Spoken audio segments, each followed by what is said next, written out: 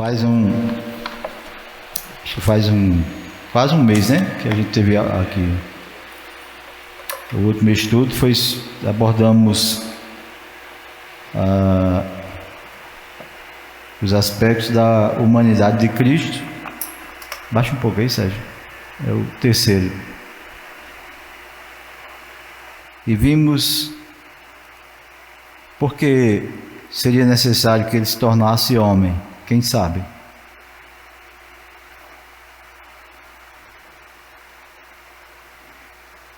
Alguém sabe? Qual a necessidade de Cristo ter se tornado homem?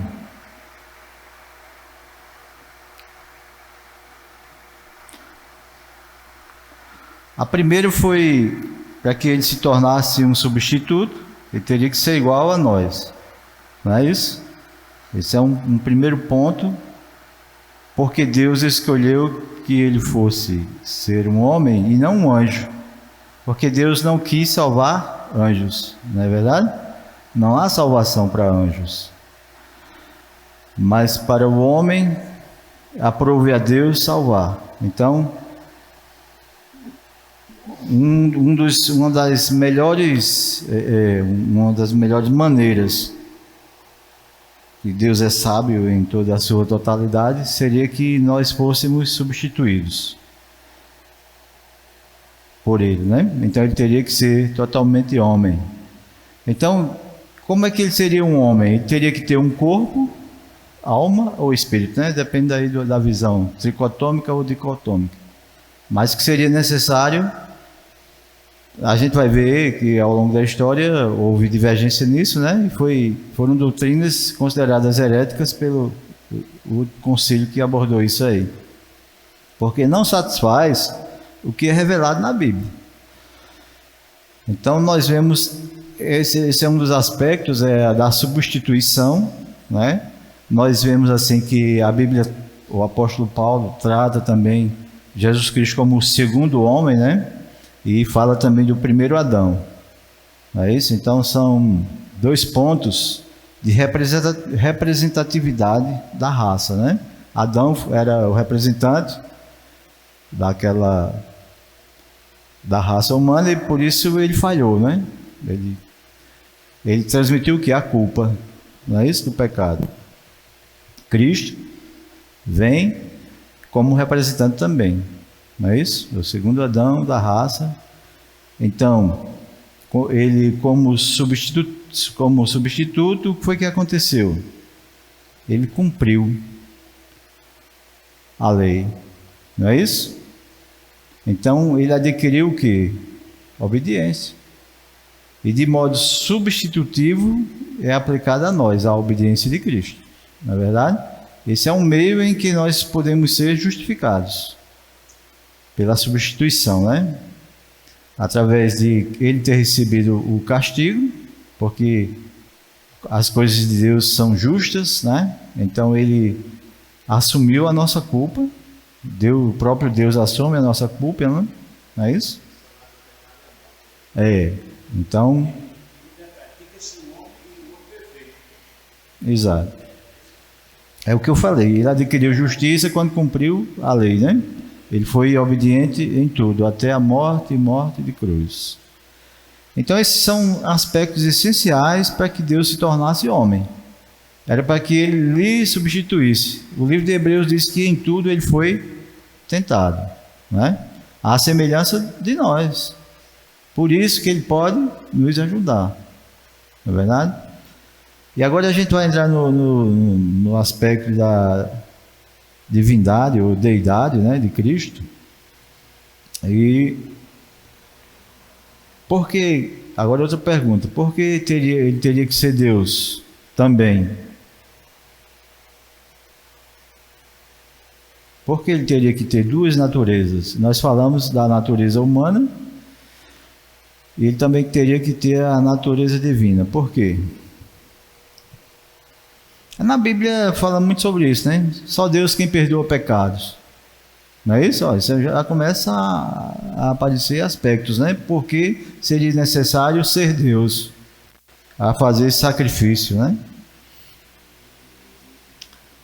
A ofensa foi contra um Deus eterno, então também existe o que aí? Uma semelhança, né? Não é verdade? Então por isso que ele teria que ser Deus e ser homem, né? Essa é uma doutrina que é mais coerente com a Bíblia. É que Deus, Jesus Cristo, ele é uma única pessoa com duas naturezas, né? Aí quando você começa a olhar para essas naturezas e fazer distinções de forma que venha a diminuir uma natureza em detrimento da outra, aí começam as heresias, não é isso? Foi o que aconteceu com o apolinarismo, né? O que foi que ele fez? Alguém sabe que Apolinário pregou?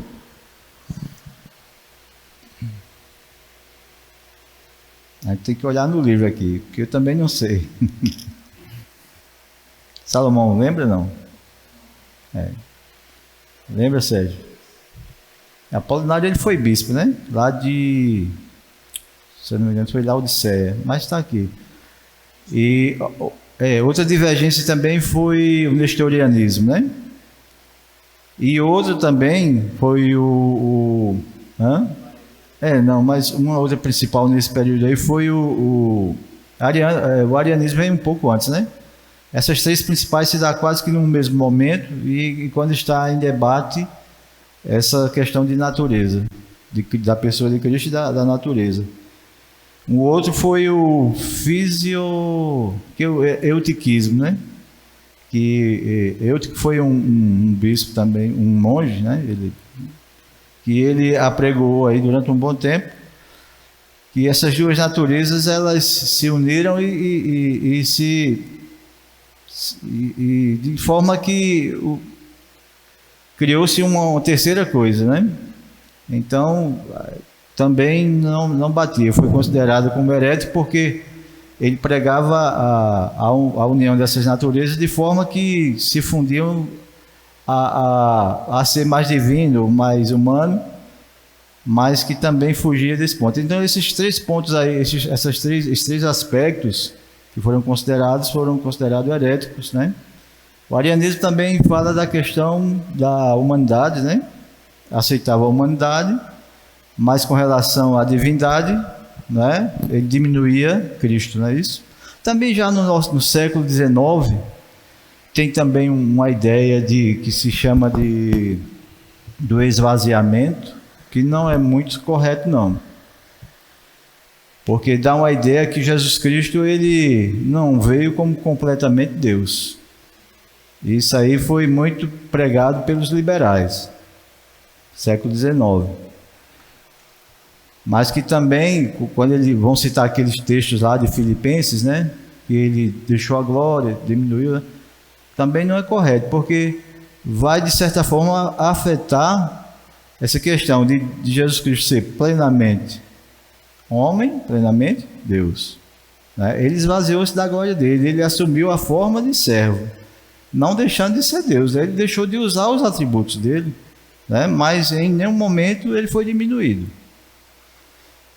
E quando a gente vê a pessoa, porque a gente tem que sempre trabalhar com essa ideia da pessoa.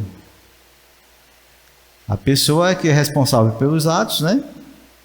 Mas assim, em sua natureza, ora ele agia como homem, quando sentia fome, sede, né? E ora a gente vê ele agindo como Deus, mas nunca isso degradando uma natureza em detrimento da outra, não, nunca. Então é importante nós conhecermos Jesus Cristo nesses aspectos, né? A igreja devia estar aqui, né, para conhecer mais e essas coisas, firmar a nossa fé, não é isso? Eu também estou aprendendo, na medida que, como o Rogério falou ali, eu tenho que estudar 2 meses. Pois é, porque força você a aprender, né? Você, para ensinar, tem que ter uma base, então isso tem que ser formado, é o estudo, né, da revelação. Então veja só. Então quando a gente vê aqui a questão da concepção de Jesus Cristo, nesse primeiro ponto aí, a gente vai ver que a questão da formação do ser de Jesus Cristo, há uma participação da Trindade, porque nós vemos que ali, quando o anjo anuncia a Maria, que é chamada a Anunciação, né? Com relação à concepção que vai se dar, é uma ação do Altíssimo, o poder do Altíssimo, né? O Espírito Santo vai gerar, né? E Jesus Cristo que se oferece voluntariamente em vir para nascer, né? Então veja que é uma ação da Trindade. E você muitas vezes nem se apercebe que isso foi em favor de você. Uma ação de Deus em benefício da sua pessoa, para que você seja aceitável diante dele, por intermédio de Jesus Cristo, né? Isso aí a gente vê a doutrina esqueci o nome agora, mas é a questão de você o sacrifício de Cristo se tornar aceitável, né? Eu esqueci o termo que é usado. Não, é outro. Não. É que o sacrifício ele foi aceitável, foi a satisfação, né? Eu me lembrei agora, satisfação, né? Ali foram preenchidos todos os requisitos, né, para que você fosse salvo. Então, por isso que Jonas diz, 2,9, né? A salvação vem do Senhor, né? São coisas simples que a gente está vendo que é Deus agindo em todo momento. Não tem uma participação do homem ativa, efetiva, não, né? Deus vai trabalhando até no coração dele para mudar, para que ele aceite, não é isso? O próprio Deus trabalha no seu coração para que você aceite todas essas verdades, não é isso? E isso é que vai lhe trazer o quê? A justificação, como o Rogério falou ali. Então nós vemos aqui que na concepção de Jesus Cristo já há uma ação direta do Deus triuno, não é isso? E a gente vê ali que é por isso que quando Paulo diz que Jesus Cristo, ele se humilhou, né, assumindo a nossa forma, é porque ele, como infinito, ele vem a se unir com o finito, né, com a natureza humana, com o corpo humano, não é isso? E a gente vê também aqui na questão da deidade, da divindade de Cristo, nós vemos os nomes. Vamos ler aí Hebreus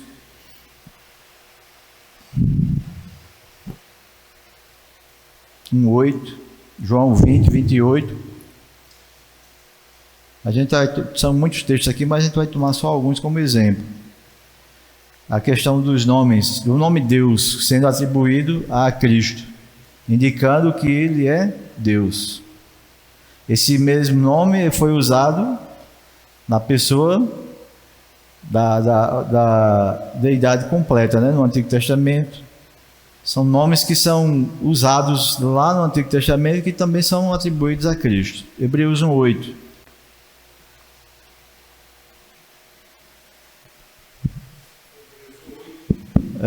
Pega aqui esse. Tem um aí? Olha ali, pega aquele. Senão o som não sai no vídeo. Hebreus 1:8, Salomão, João 20:28, Rogério, João 1:18 e João 5:20 e Sérgio, Romanos 9:5 e Tito 2:13. Hebreus 1:8. Mas acerca do Filho, o teu trono, ó Deus, é para todos sempre, e cetro de equidade é o cetro do seu reino. Então, está falando de Jesus Cristo e dizendo que ele é Deus, né? É o mesmo nome que é atribuído no Antigo Testamento, é atribuído a Deus, Filho. João 20:28. Aqui é Tomé falando. Respondeu-lhe Tomé: Senhor meu e Deus meu. Com título de Deus também. Isso.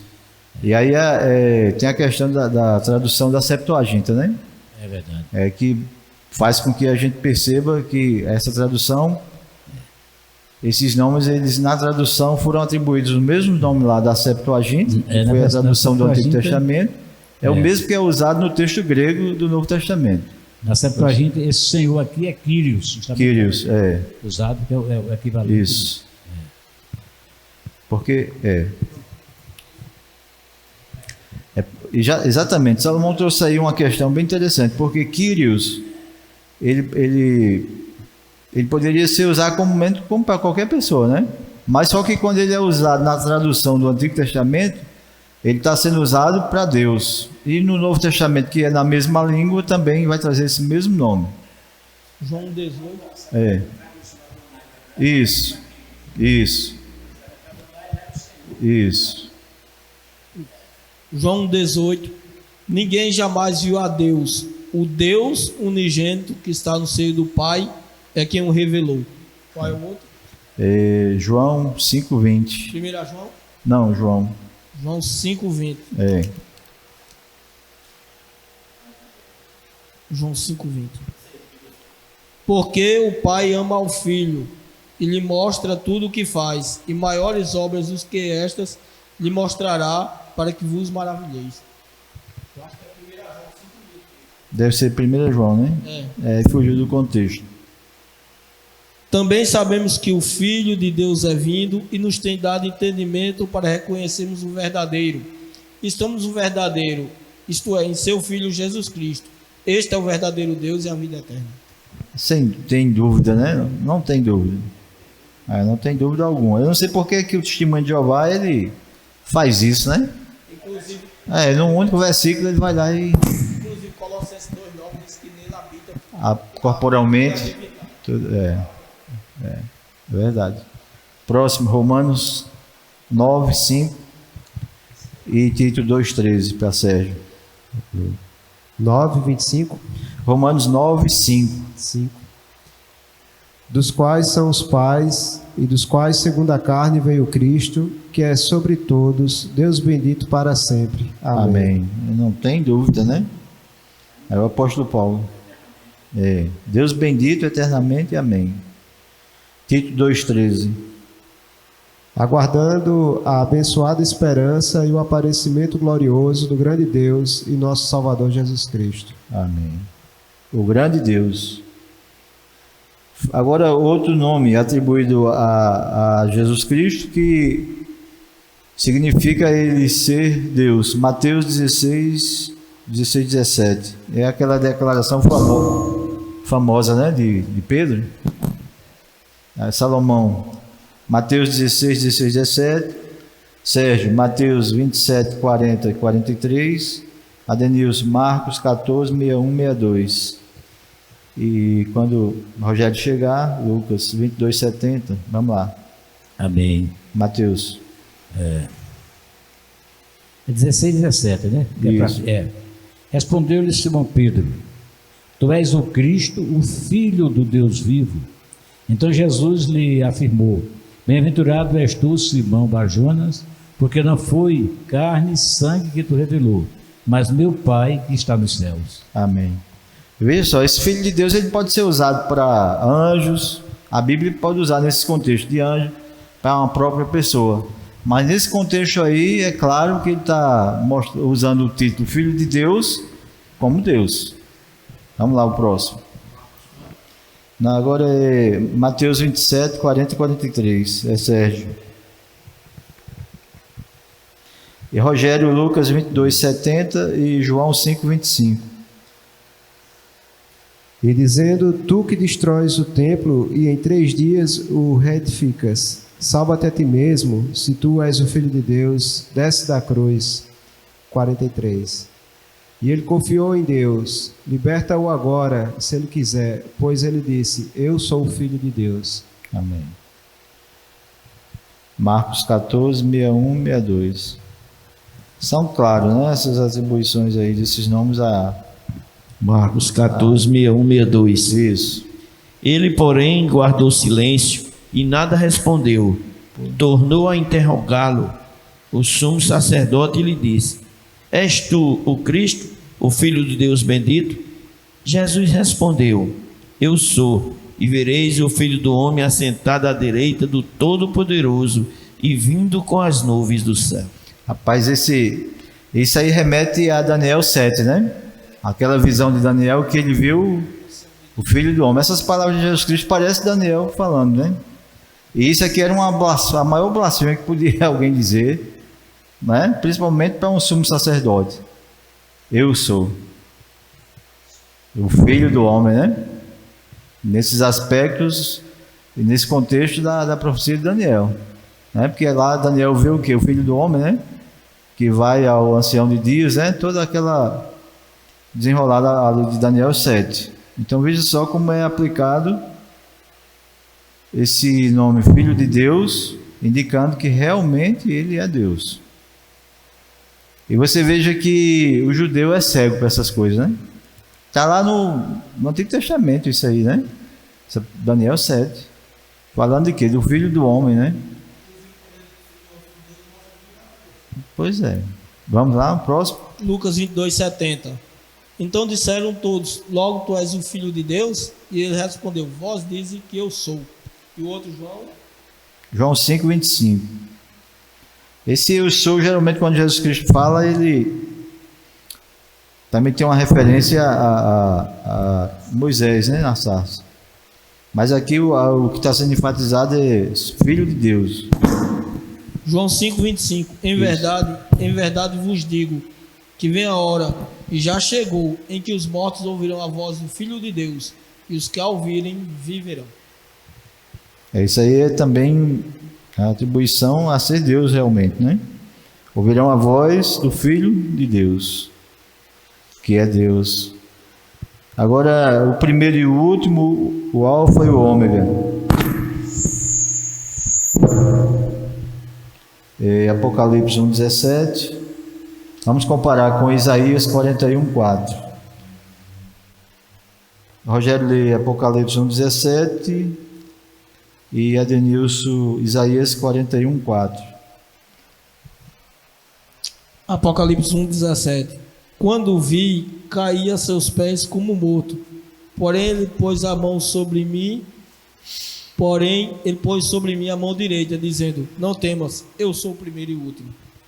Eu sou o primeiro e o último. Isaías 41,4. Quem fez e executou tudo isso? Aquele que desde o princípio tem chamado as gerações à existência. Eu, o Senhor, o primeiro, e com os últimos eu mesmo. O verso 6. O 6. Do capítulo 44. 6 do 44.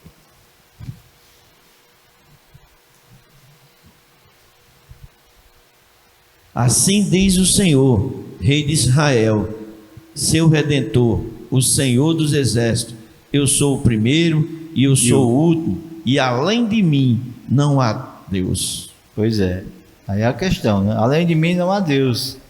E Jesus Cristo também disse que ele era o primeiro e o último. É verdade. Então é o mesmo Deus, né, do Antigo Testamento. Só que o judeu ele não tem o entendimento da Trindade, né? Apocalipse 22, 12, Salomão 12, 13 e 15, os versos. Apocalipse 22, versos 12, 13 e 15. Sérgio, Apocalipse 1, 8. 22, 13. 12. 12? 12, o 13 e o 15. Do 12. capítulo 22. O 12. Eis que venho sem demora, e comigo está o galardão que tenho para retribuir a cada um segundo as suas obras. 13. Eu sou o Alfa e o Ômega, o primeiro e o último, o princípio e o fim. 12 e 13. E o 15. E o 15. Vamos ver. Fora ficam os cães, os feiticeiros, os impuros, os assassinos. Isso é o 15? É o 15. E todo aquele que ama e pratica a mentira. É só 12 e 13 mesmo. É o 12 e o 13. Apocalipse 1, 8. Apocalipse 1:8.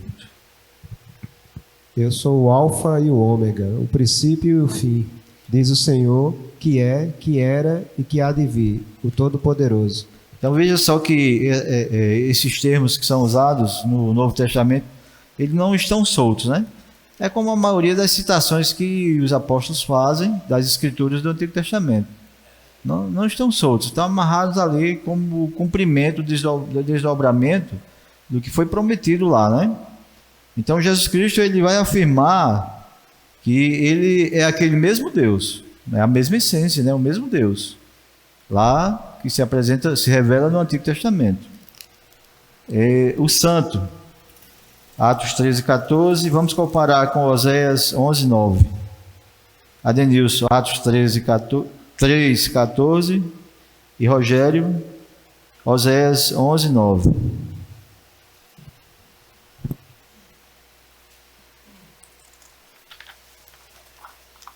Atos 3:14.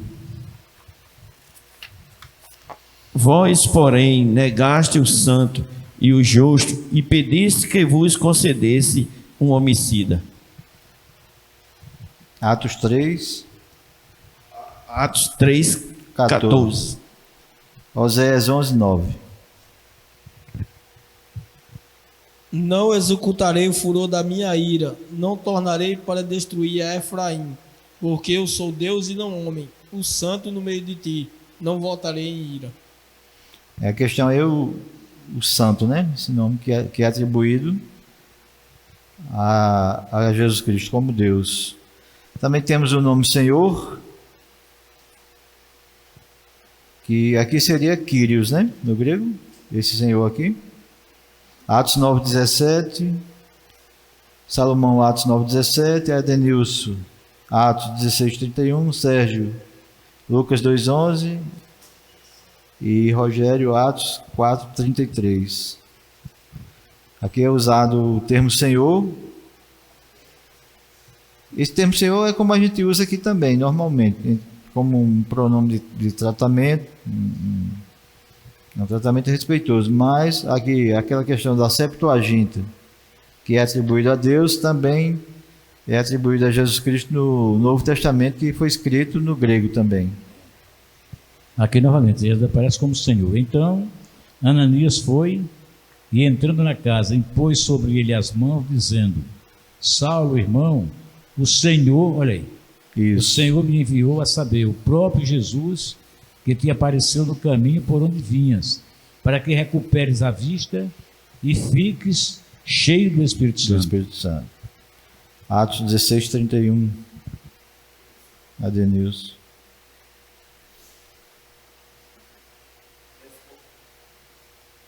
Responderam-lhe: crê no Senhor Jesus e serás salvo tu e tua casa. Senhor novamente, como Deus, né?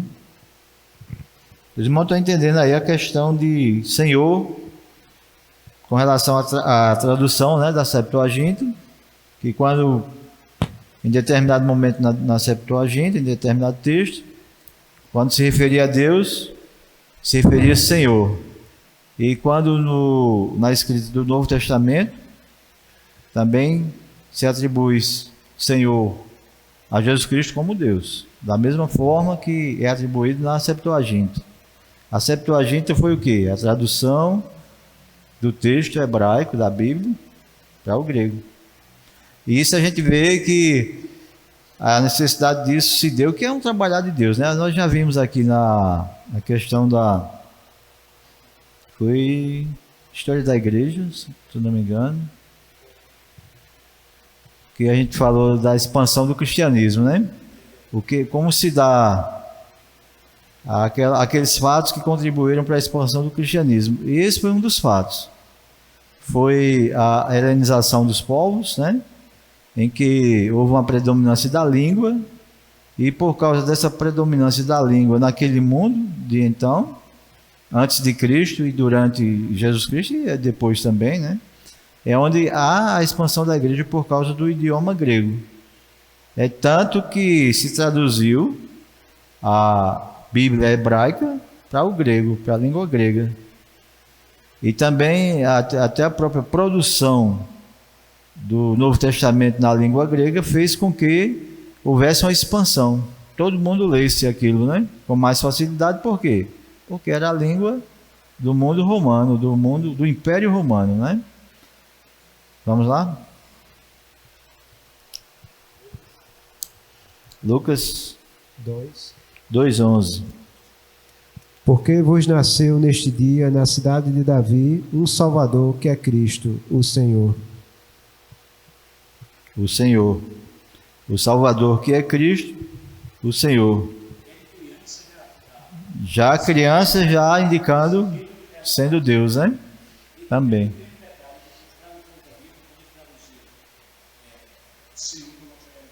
Com a letra maiúscula, né?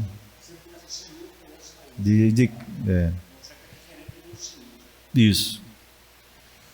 Atos 4:33. Isso. Com grande poder, os apóstolos davam testemunho da ressurreição do Senhor Jesus. E em todos eles havia abundante graça. Eu acho interessante aqui que a nota diz assim sobre esse texto. A palavra correspondente a Senhor é Kyrios, usada na Septuaginta para traduzir o nome Jeová. Foi o que eu falei aqui, né? Tem o sentido de Deus lá na tradução da Septuaginta e é usado aqui, esse mesmo termo aqui, em relação a Jesus Cristo. A gente vai passar aqui para uma coisa interessante, que eu achei interessante, é a questão de Jesus Cristo. Ele está assim, como que profetizado, e o Antigo Testamento falando acerca de Cristo, né? Pode passar.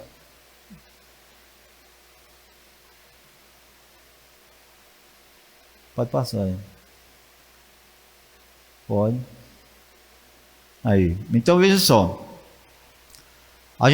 Muitas vezes a gente lê muita gente, nós mesmos, lemos o Antigo Testamento, a Torá, né? É Tanakh, né? Tanakh? É. Taná, né? E a gente lê assim de forma que a gente não percebe assim o trabalhar de Deus já desde o início, mostrando a pessoa de Cristo. Alguma coisa está sendo escrita ali a respeito de Cristo. Então lá em Gênesis, um dos principais textos que a gente vê lá qual é? Todos aqui sabem.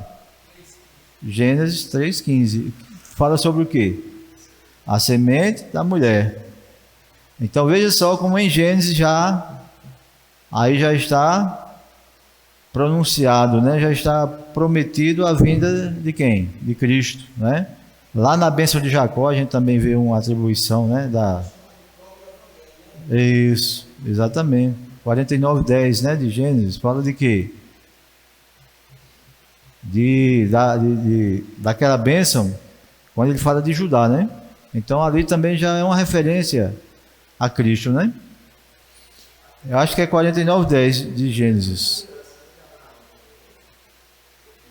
Sim, porque vai ser desenrolado ali a bênção sobre todas as nações, né? Através do descendente. Siló, exatamente. Então veja que já no princípio do livro está escrito acerca dele. Quem disse isso? Foi Jesus Cristo, né? Então veja só como nós temos que ler colocando essas lentes. Não é isso? É obrigatório, não é uma criação nossa, não é uma interpretação particular, não. É como é revelado isso, através da palavra.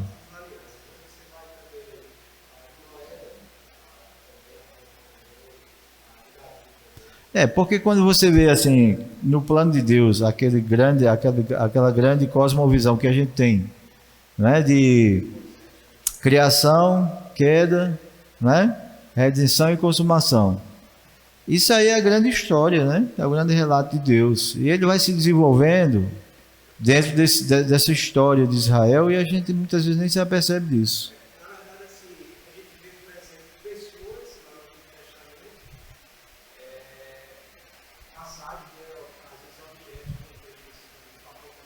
Para Cristo. Então, se a gente passa aqui agora para Êxodo, a gente vê um acontecimento muito grande de livramento que também está ligado a Cristo. Quem pode dizer que não? Não é verdade? O sacrifício de um cordeiro, olha só, não é? Que vai causar o quê? O livramento da morte, né? Do anjo da morte. Não é isso? O cordeiro pascal. Que tira o pecado do mundo. Então, nossa Páscoa também. Então veja como o sangue que é derramado da nova aliança, né? Então está tudo interligado isso com... A gente vê aqui também nesse segundo livro, né? O Êxodo, que vai falar sobre isso. Vamos para Levítico. Fala o quê? Do sumo sacerdote no dia da expiação, né? Hebreus vai fazer essa conexão, não é isso? Que ele é o nosso sumo sacerdote, né? Ele vai apresentar o seu sangue, não é isso? Então ele é o sacerdote e ele é o sacrifício. O sumo sacerdote e o sacrifício.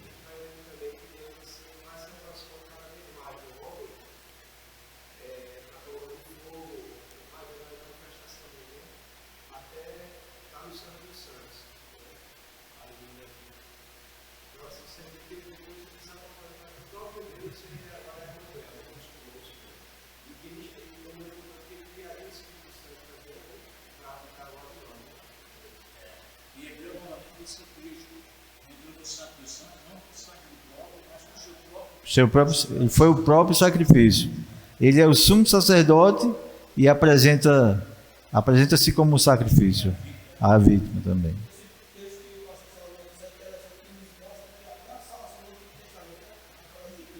De Cristo, é verdade. A fé no Cordeiro que viria, né?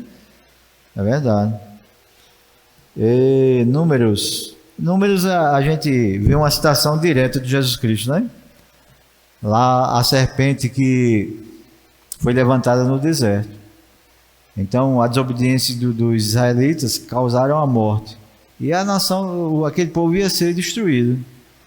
E Moisés intercede e Deus diz, levanta uma haste lá no meio do acampamento e faz uma serpente de bronze.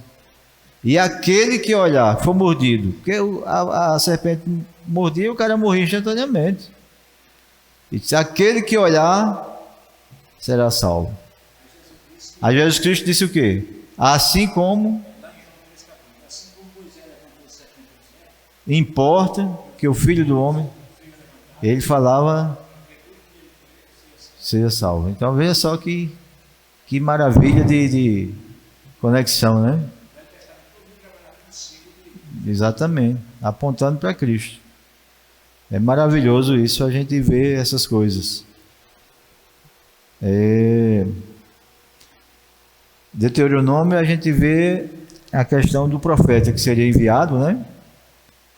Igual a Moisés, não é isso? Fala sobre isso. Então, falando também de quem? Da vinda de Cristo, né? Que seria um profeta, na verdade, maior, né? Aqui é interessante porque muitos dizem que na verdade seria uma prefiguração da encarnação, né? A pré-encarnação, a prefiguração da encarnação, quando aquele anjo aparece a Josué, né? Que é o comandante dos exércitos do Senhor.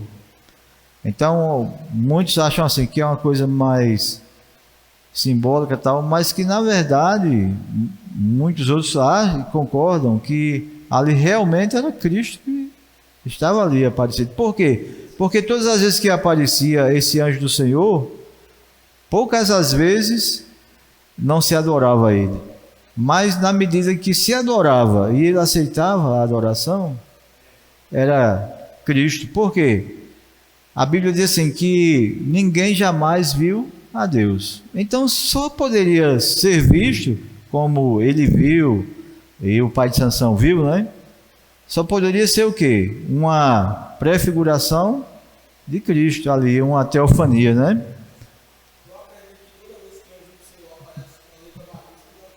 E que recebe adoração, né? O anjo não pode ser adorado, né? Mas aquele ser que aparece ali é adorado e ele aceita a adoração. A Abraão. E é adorado. Aquele que fez o sacrifício, né, que passou entre os elementos, né, as partes. Não é verdade? Vamos lá. Então a gente viu que aquele anjo que aparece a Josué só poderia ser o quê? Cristo, né? O Cristo pré-encarnado. Alguém discorda? Não. Cada um pode. Não era Cristo, não, era um anjo. Mas foi adorado. E aí? Criatura não se adora, né? Então, no livro de. Adora a Deus. No livro de Juízes, nós vemos um outro anjo que aparece e é adorado, né? E, inclusive, Manoá diz o quê? Vamos morrer, porque vimos a Deus. E a Bíblia diz: ninguém jamais viu a Deus, né? Deus é Espírito, não é verdade? Mas ali já era o quê? Prefigurações de que Deus iria se encarnar. 1ª e 2ª Samuel é Ruth. Aí tem umas coisas assim que são mais distantes, que a gente teria que estudar mais para fazer essa conexão, né? Ruth, figura de um rei estrangeiro que deixa seu reino celestial para resgatar pecadores. A questão de Ruth, ela deixa sua terra, né? Não é isso? E vai para uma terra estrangeira. E lá ela o que? É convertida, né? Ela vai adorar o Deus de Israel. Ele faz essa comparação aí. E assim continua. Depois eu vou colocar a apostila lá no vídeo, que eu estou gravando ali, depois é que eu vou editar. E são muitas coisas aqui. Cada livro traz um aspecto. A gente vê aqui, por exemplo, o livro de Isaías, ele é tido como o livro messiânico, né? Que é o que mais traz profecias acerca do Messias. A gente vê aqui, ele vai falar de quê? Da Virgem, né? Isso é muito discutido, o judeu discute muito esse aspecto, se é virgem, se não é. Não é verdade? Deus conosco, Mas ele fala de quê? Da Virgem, né? Que conceberá, lá em Isaías 7,14. Um menino nos nasceu, seu nome será maravilhoso. É uma indicação clara de que era um nascimento de Deus, né? A encarnação de Deus. Não é o nascimento de Deus como origem, né? Mas como a encarnação de Deus, vindo, né, no tempo. Deus é eterno, atemporal, mas ele cria o tempo e vem e entra no tempo, né? Então, ele fala no 9,6 fala do que um menino nasceu. No 35, 5,6 ele vai falar do ministério, né? Ali, a missão do Messias, que iria o quê? Fazer milagres, né? Curar. Então já estava escrito em Isaías isso aí, acerca da missão do Messias, que ele abriria os olhos aos cegos.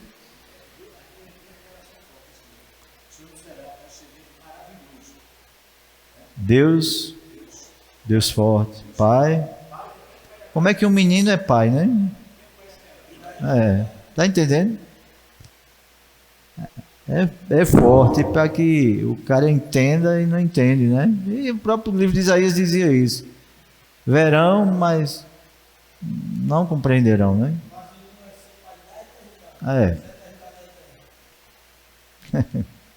Já pensou que coisa, né? Assim, que foge a sua... Se a eternidade é eterna, como é que ele é pai, né? Interessante. E é um menino, né? Rapaz, interessante. Pois é. Isaías 43. Voz do que clama no deserto. A vinda de João Batista, né? Malaquias também vai falar disso, né?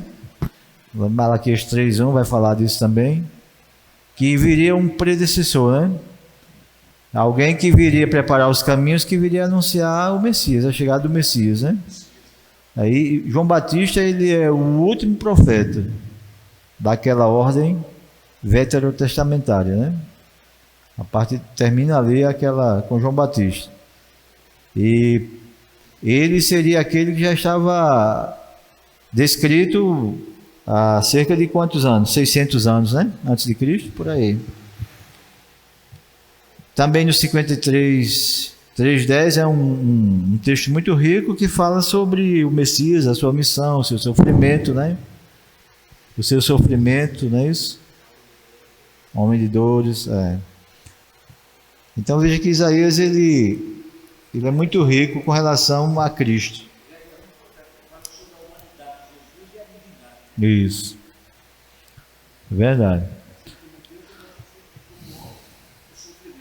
Jeremias você vai ver falar da nova aliança, né? E faz a conexão com Cristo. Cristo mesmo diz: este é o cálice da nova aliança, né? Embora assim há uma divergência aí para quem crê que vai haver um período em que essa nova aliança ela vai ter um ápice, né? Com o judeu. Já outros não, né? Diz que estamos já nela em plena atividade com a igreja. Israel está aí ainda, né? Interessante. Está por aí. Mesmo descrente, mas em meio ao caos ela voltou de repente, né? E eu creio assim, na minha concepção, os irmãos também são livres para discordar essa questão da nova aliança, né? Que ela se dará a plenitude com o judeu em um determinado tempo com a volta de Cristo, em que eles crerão, aqueles lá daquele período, eles crerão nele, serão convertidos.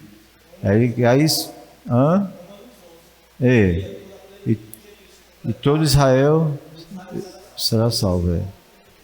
Pois é. Isso. Isso. Daniel, a gente já falou aqui, né, sobre o filho do homem. Também é muito rico. Ezequiel também fala do pastor, né, que viria a apacentar o povo.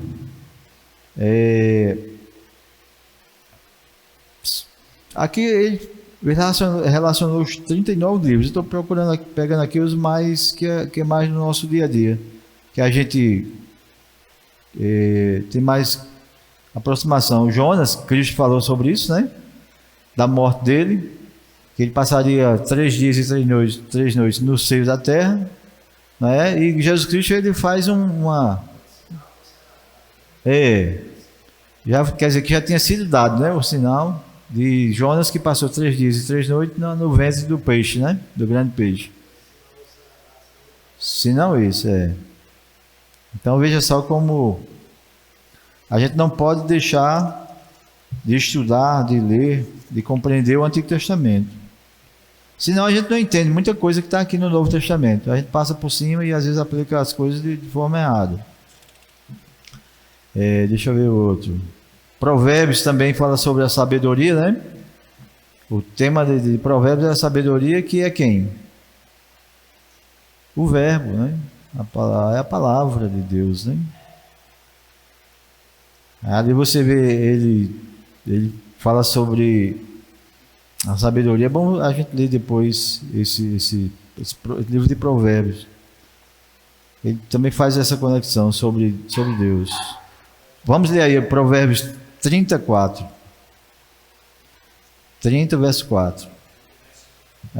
Salmo 22 também, né? É muito interessante o Salmo 22. Um lê o Salmo 22 e o outro lê Provérbios 34 e Salmo 22, versos 1, 7 e 16. Pode ler? Provérbios 34. Quem subiu ao céu e desceu? Quem cerrou os ventos nos seus punhos?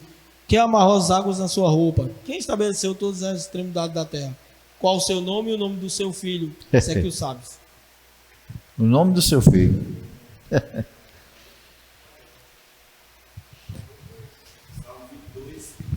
versos 1, 7 e 16. Deus meu, por que me desamparaste? Por que se acha longe da minha salvação as palavras de meu bramido? Verso 1, Jesus Cristo. Verso 7. Verso 7. Todos os que me veem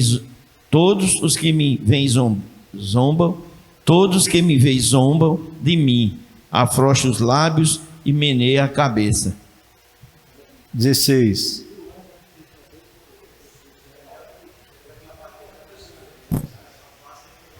Cães me cercam, uma súcia de malfeitores me rodeia. 2 ladrões. Transpassaram-me as mãos e os pés. Aí, trazendo o aspecto de quê? Da crucificação, quando ela nem existia ainda, esse tipo de execução. Então, veja como a palavra de Deus é maravilhosa, né? Eu ia falar de outra coisa aqui, esqueci. Deixa eu ver.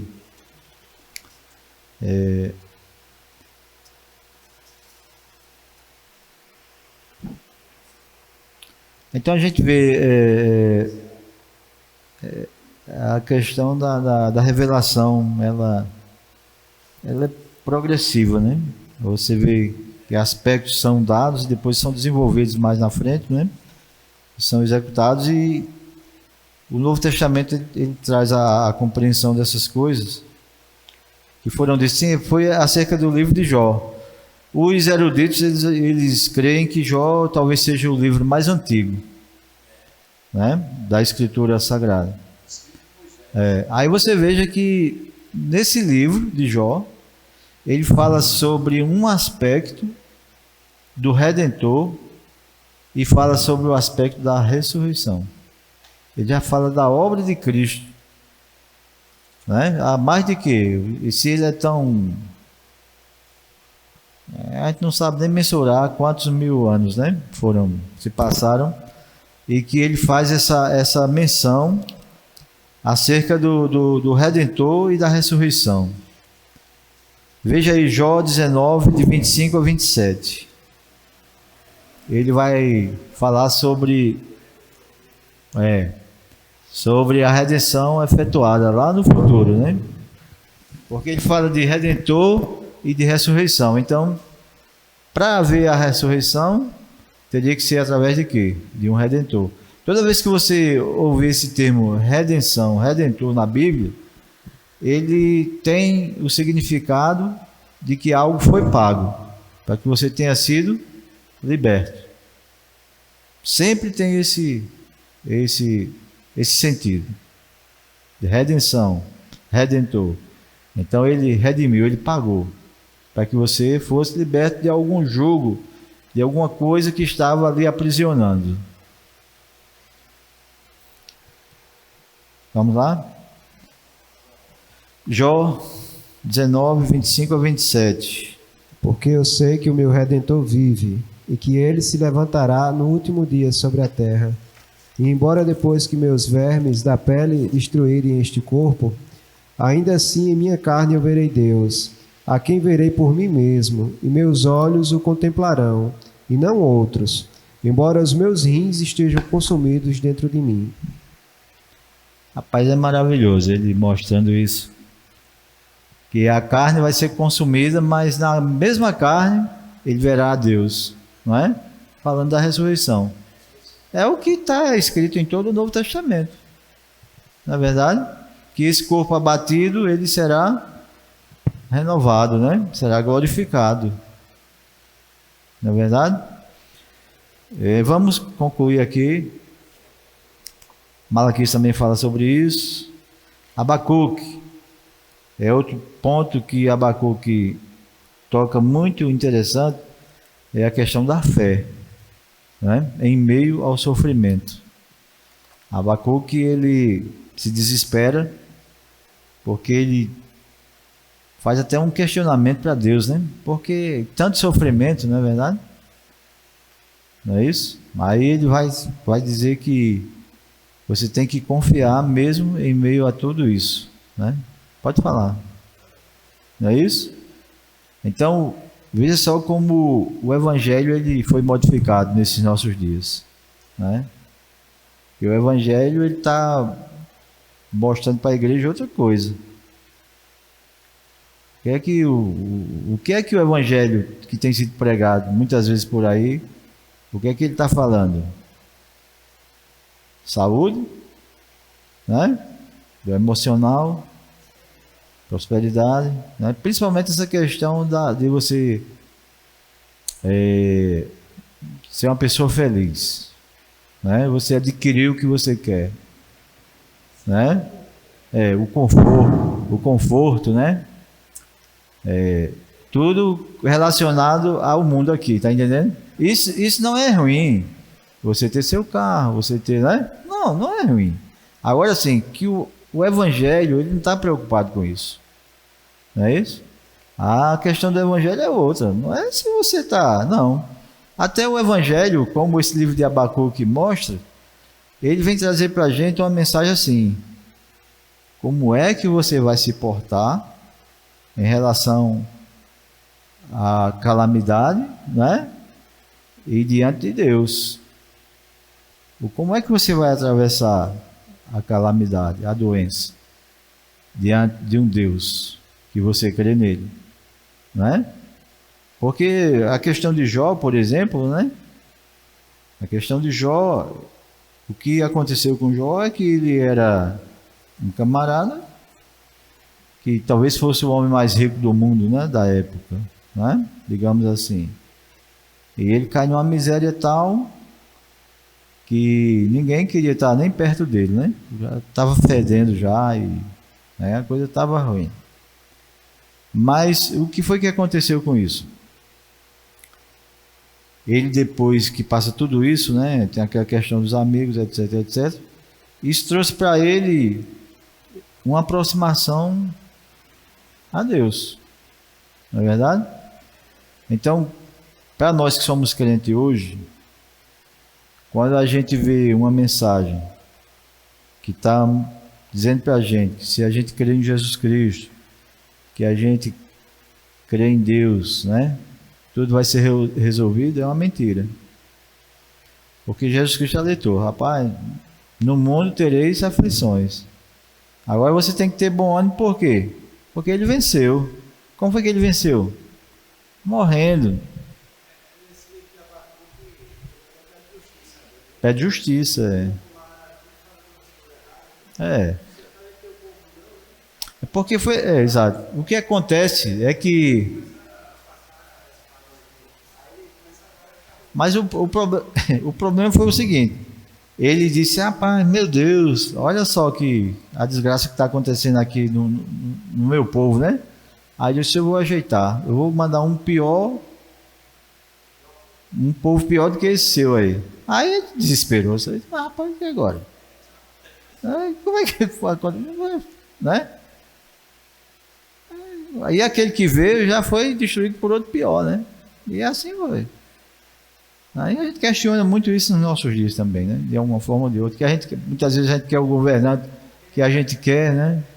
Mas é o que Deus, quem coloca é Deus, rapaz. E acabou, e ponto final.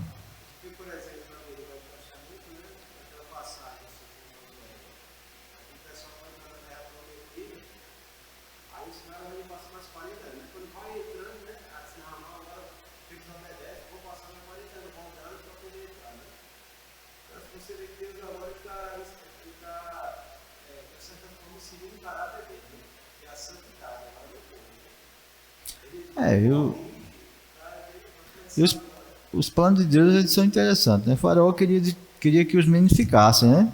Olha o plano do diabo, né? Fica as crianças, mas Deus disse: não, vai. Porque esses que foram os que permaneceram, né? Os pais deles foram os que morreram pela murmuração.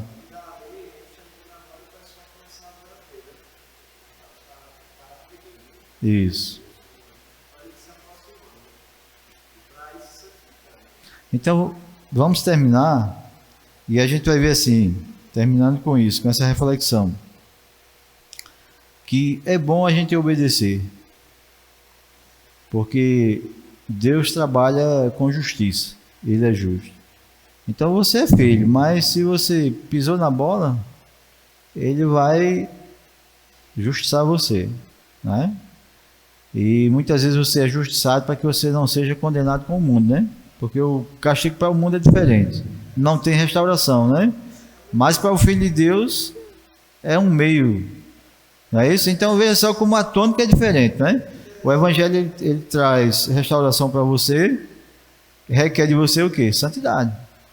Sem santidade ninguém verá a Deus. E nós somos teimosos em não querer ser santos.